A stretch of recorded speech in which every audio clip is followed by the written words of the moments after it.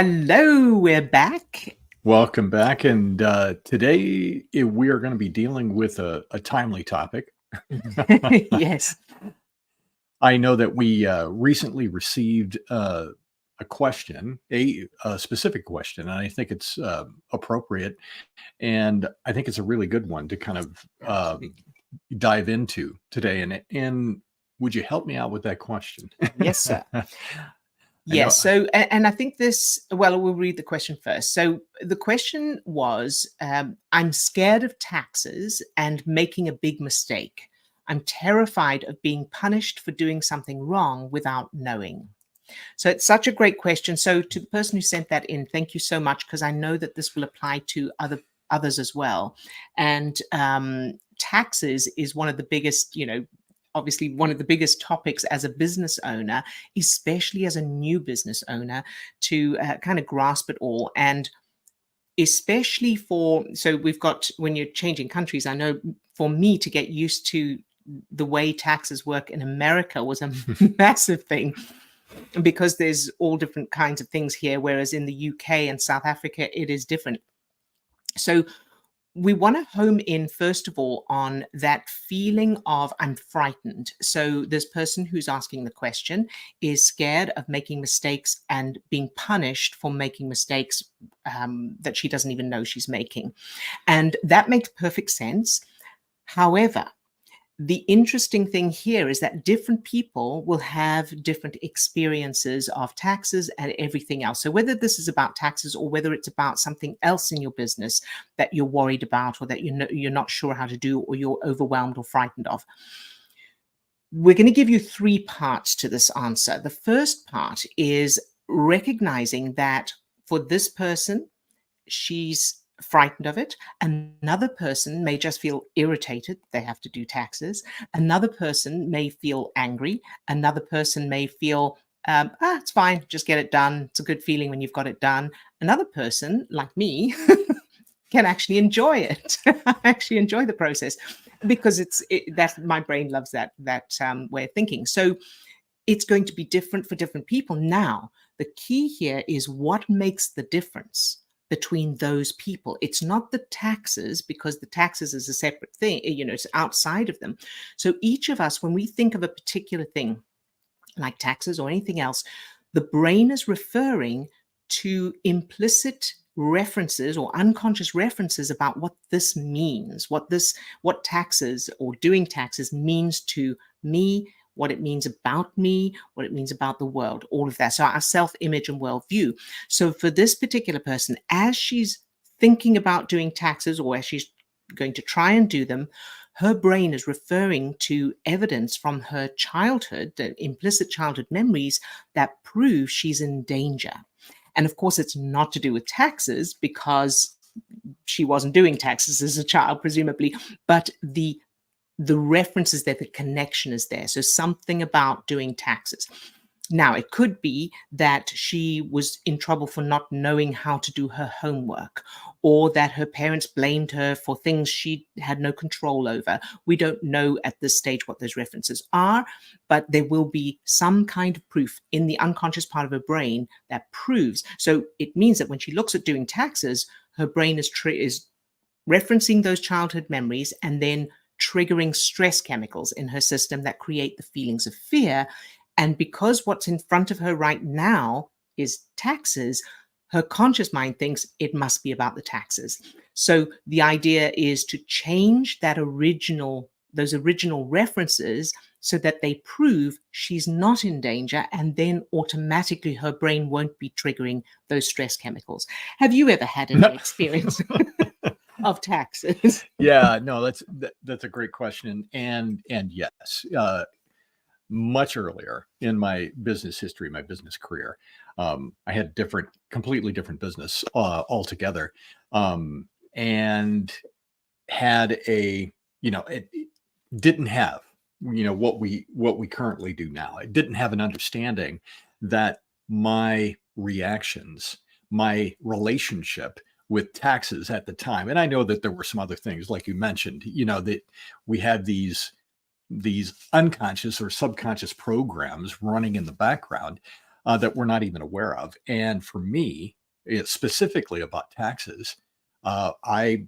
I had I had this fear. I'm not even sure that I would have necessarily been able to vocalize that, I was afraid, but certainly my actions, now that I look back on it, my actions were definitely all about somebody who was afraid to even look at, Right. what was necessary in terms of paying taxes. So, long story short, I ended up having, this was probably back in, I don't know, 2010, 2011, the best year on record.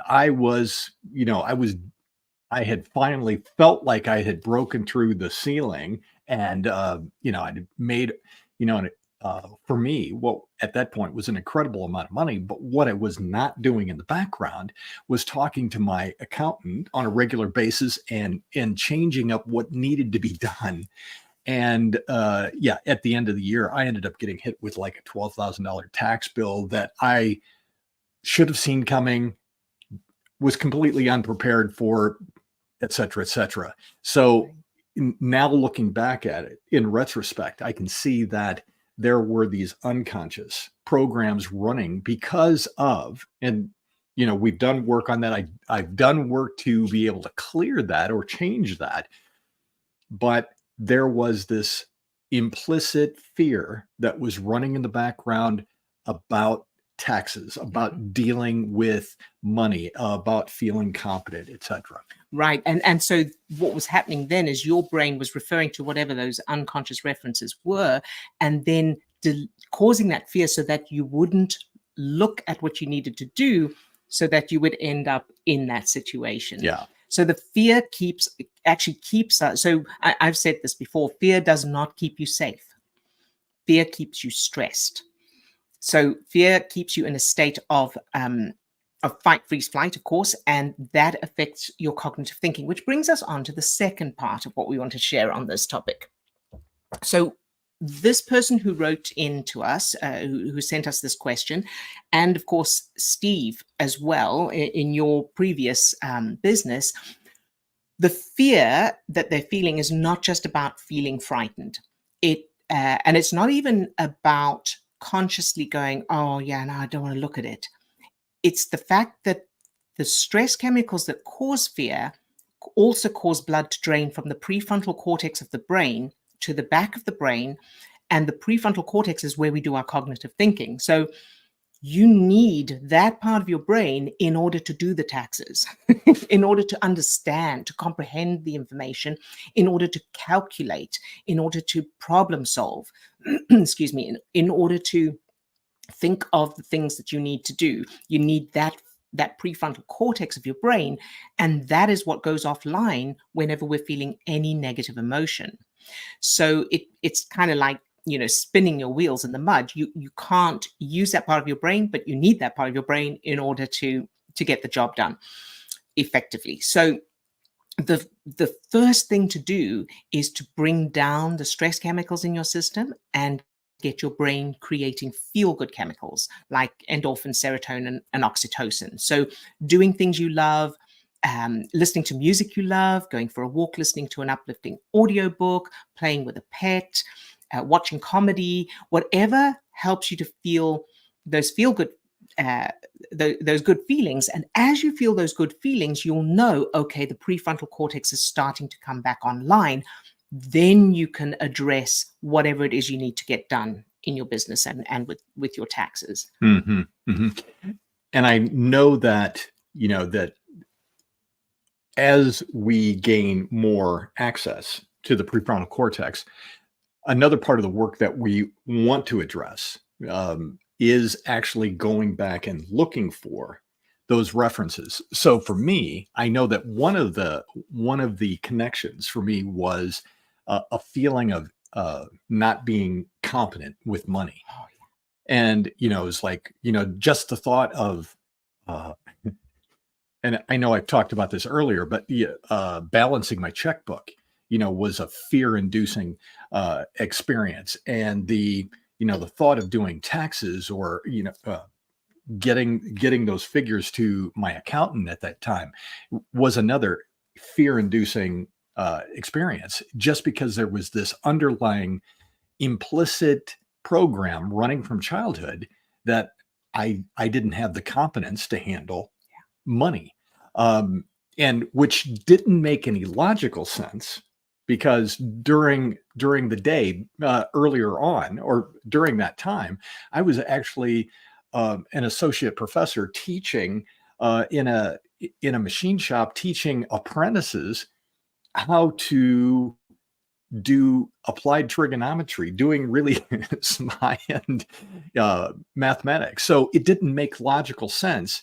that I couldn't handle very basic Accounting. accounting, and it didn't line up consciously. So that becomes kind of a red flag that what you're dealing with is not a logical issue. It's not a conscious problem.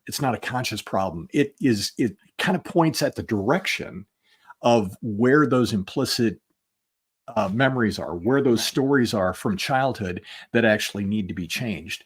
And having your prefrontal cortex online and engaging in doing this work is the key. That as we do that work to change what we're holding from our childhood, change what it feels like from childhood, then those triggers become less, and or you're also able to deal with those triggers in the moment as they're happening, as instead of allowing your prefrontal cortex to go offline, and then you're just operating from the reptilian part of the brain. Right. And so once that part of your brain is back online, which means you're feeling good, so do whatever it takes to feel good. And as Steve mentioned, no, you haven't mentioned this yet. I've mentioned it before.